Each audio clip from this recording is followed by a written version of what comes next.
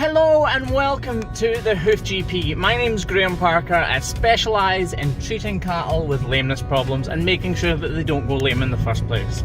Today, you join me on my way to a large dairy farm to treat around 50 cows. I'm not expecting anything dramatic to really happen because these cows are in pretty good shape, to be honest. But you might as well come along for the ride and see where it takes us.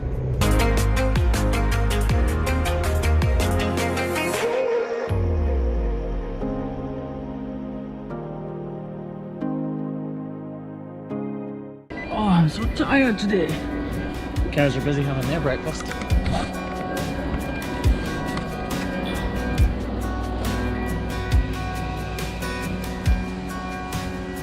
So I'm all set up. This is how we're working today. Got the crunch onto a race. The race has got maybe 20 cows in it. It goes all the way back to that chimney over there. And then we've got some more cows standing here. So how do you think today's going to go? Quick interview? Are you looking forward to it? Are you nervous? I think she's nervous. Should be okay.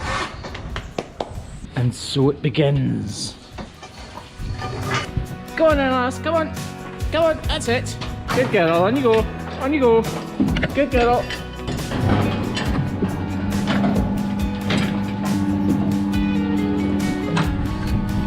Telling you, it'll be okay. We'll get through together, okay?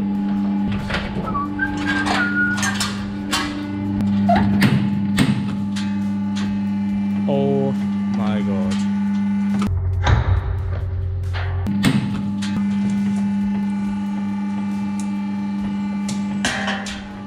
Did you guys see that?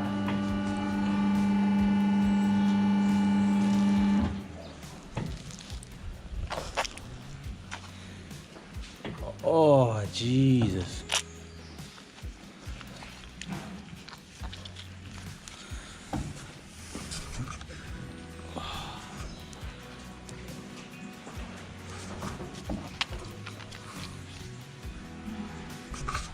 That literally just missed me. I am so glad it did. Look. All the way back. Look, it even hit here. Oh well, maybe that feels slightly better, lass. Right, I'm going to go ahead and clean all of this up and get her trimmed. Okay, so it's at this point I realise that she's got an infection. That's me just checking to see whether it's fluid or whether it's solid or what it is. It's fluid, so we need to release it. This is something I hate doing, but she is going to feel so much better from this, it's unreal. This pus is extremely thick, and look at the amount of it that's inside her hoof capsule. The pain that this cow must have been in must have been so sore that it's a real pleasure to be able to make her feel much better than she did before she walked into the crush.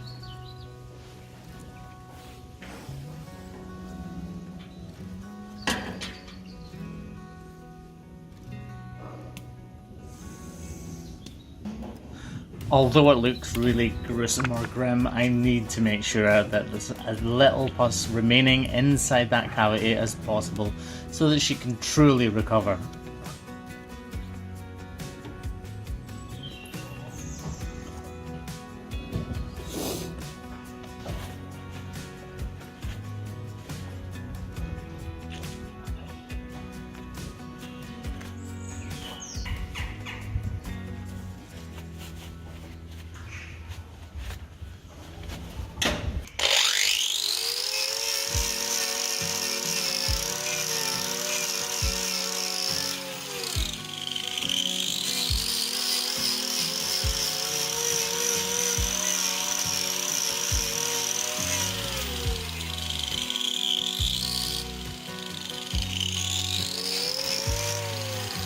So now that we've got the hoofs all dressed up, ready to apply a block, we're going to go ahead and just dry out that lesion as much as possible.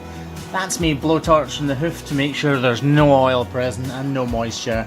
These TP blocks have a residual residue for actually getting them out of the mould when they're made, so you need to heat them up to burn off that residue to ensure that they stick as well as they possibly can. This glue is blue because it's actually from Hooftite. It's a winter glue designed to set extremely quickly. And on this actual cow, we're going to have to put 2 blocks because one won't be sufficient to lift that sore affected claw off the ground. So I'll just heat them both back up, apply some glue to the first block and push the second one on in place.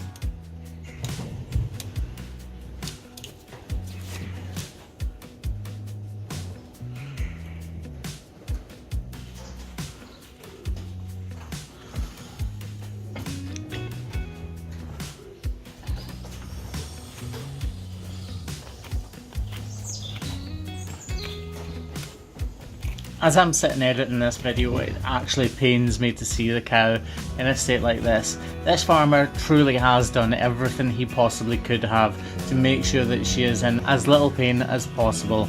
She's been constantly on painkillers and she's been trimmed for the 3rd time this month.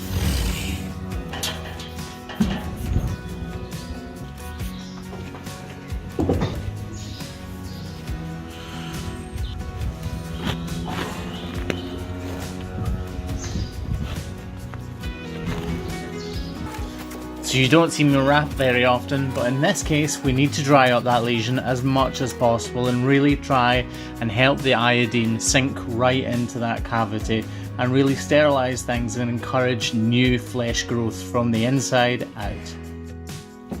Now this lesion on the hock that exploded when we first lifted the leg isn't really anything to do with me, but it's better to have it cleaned up and apply some of the topical antibiotics that the farmer has on hand. Probably right, but she's bound to be feeling a lot better when she walks out of here. Here's a hack for you, or not a hack, but an awesome tip. Gingerbread lattes, the future. And you got to put at least 2 in.